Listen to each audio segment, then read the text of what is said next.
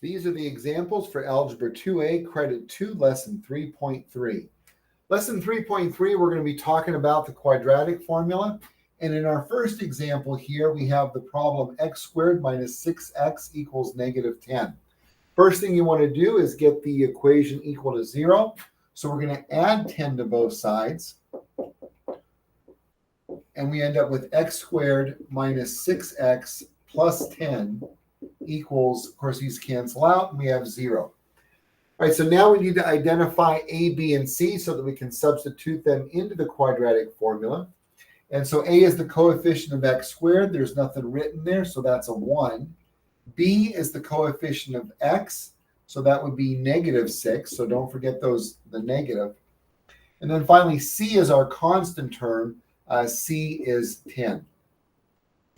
All right, so let's go ahead and start substituting those in. So we have x equals negative b. And by the way, there's actually a very interesting, or fun, I don't know if it's interesting, but fun is interesting, a way of memorizing the quadratic formula.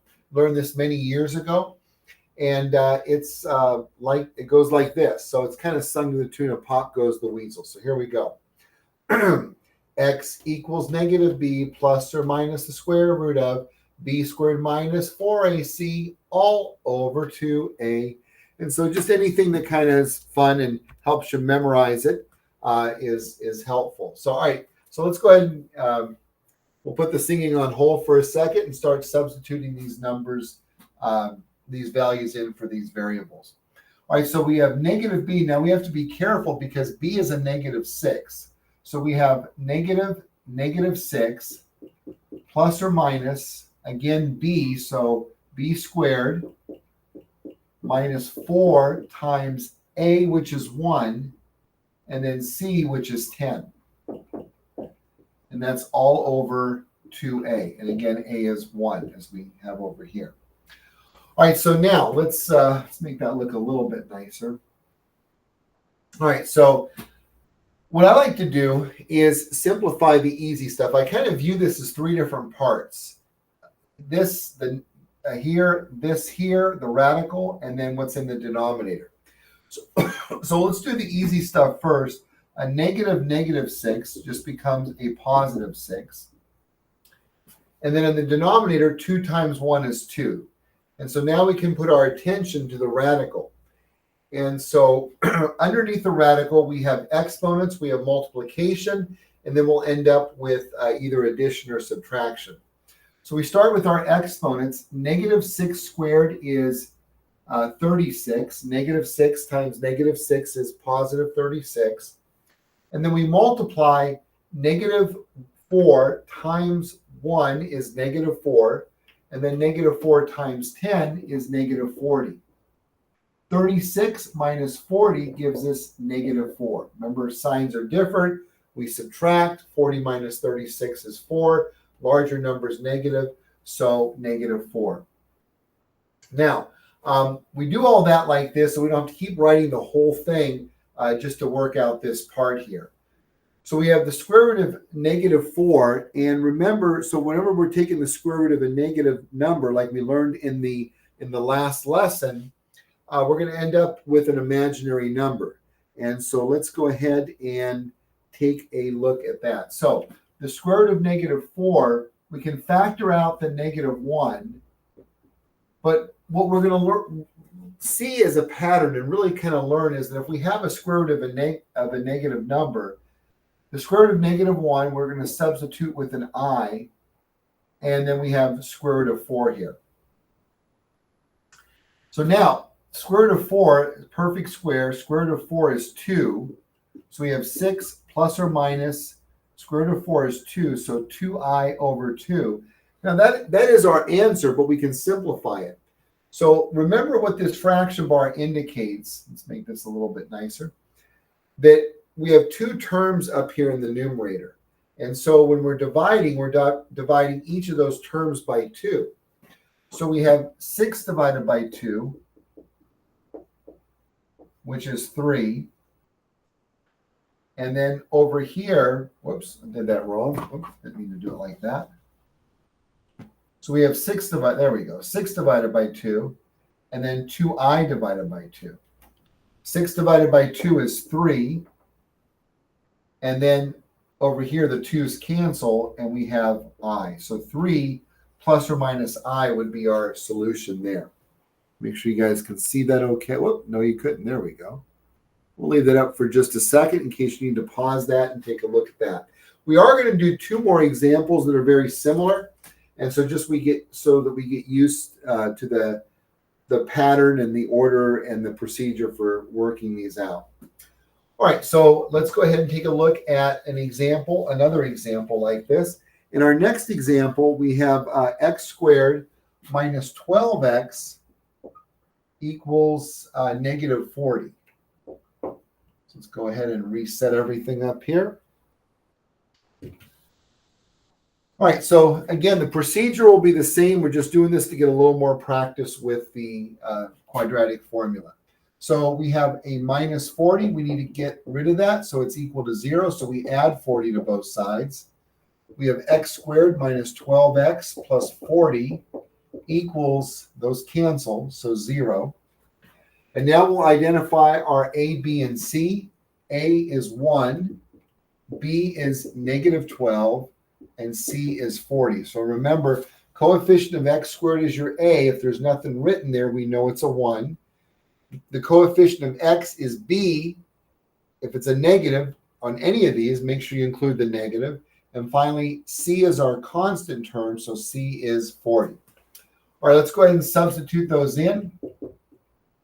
And make sure we can see that okay. Maybe draw that a little bit closer. So we have a negative 12 plus or minus negative 12 squared minus 4. So let's slow down a little bit here. So these were the b's, and now we have a, which is 1, and then times c, which is 40. And then in the denominator, 2a, or 2 times 1.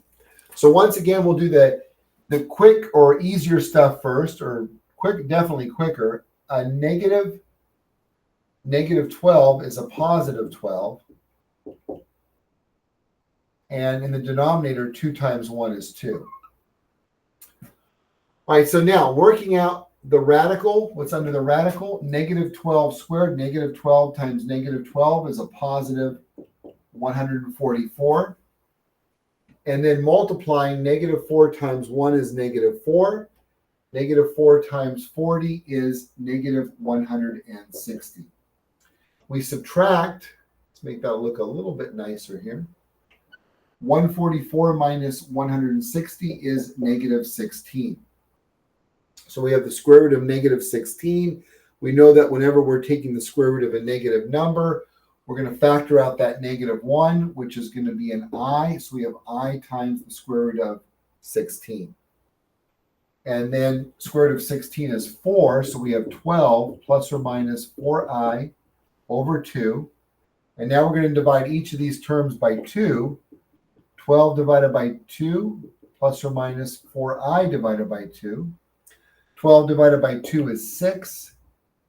And 4 divided by 2 is 2. So we have 6 plus or minus 2i. All right, we'll take a look at one more example. And again, it's the same type of thing. We're just doing 3 of the same type of examples just so we can get used to this whole process of solving the quadratic formula.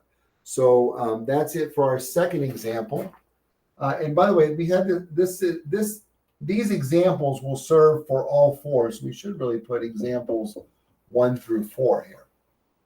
All right, so now taking a look at our last example here, we have x squared minus 10x equals negative 34. All right, so again, the procedure will be exactly the same. Let's go ahead and get rid of all of this. And first step, we need to add 34 to both sides so that we have our quadratic equation equal to 0. And that gives us x squared minus 10x plus 34. Notice we're not combining anything here because these are not like terms. That's a variable term. That's a constant term. So these cancel out, and we have 0. And now we identify our A, B, and C. A is 1, B is negative 10, and C is 34. Now we're going to substitute those into the quadratic formula and work that out. So we have x equals negative b, so b is negative 10, plus or minus the square root of b squared, so again, negative 10 squared, minus 4 times a, which is 1, times c, which is 34. That's all over 2a, or 2 times 1. All right, again, doing the quick stuff first, a negative 10 is a positive 10. And in the denominator, 2 times 1 is 2. So now let's focus on the radical. Negative 10 squared, negative 10 times negative 10 is positive 100. And then negative 4 times 1 is negative 4. And then negative 4 times 34 is negative 136. 100 minus 136 gives us negative 36. And again, just to review our integers, the signs are different, so we subtract. 136 minus 100 is 36. Larger numbers negative, so negative 36. Once again, we're taking the square root of a negative number. So we factor out that negative 1, which becomes I. And then the square root of 36 is 6, because 6 times 6 is 30. Well, actually, you know what? That's what we did. All right, we'll just leave it like that. Now we're going to take the square root of 36, which is 6, because 6 times 6 is 36. And now we're going to divide each of these by 2, 10 divided by 2, and 6i divided by 2. 10 divided by 2 is 5, and 6 divided by 2 is 3. So we have 5 plus or minus 3i. All right, that's the examples for lesson 3.3. There, we put that back up. Let me just step aside, make sure if you want to see that, pause that, you can study it and take a look at it. And that's it for 3.3. We'll see you in the next video. Good luck with the work. Remember, pause, rewind as needed. And good luck with the work. Take care, and God bless.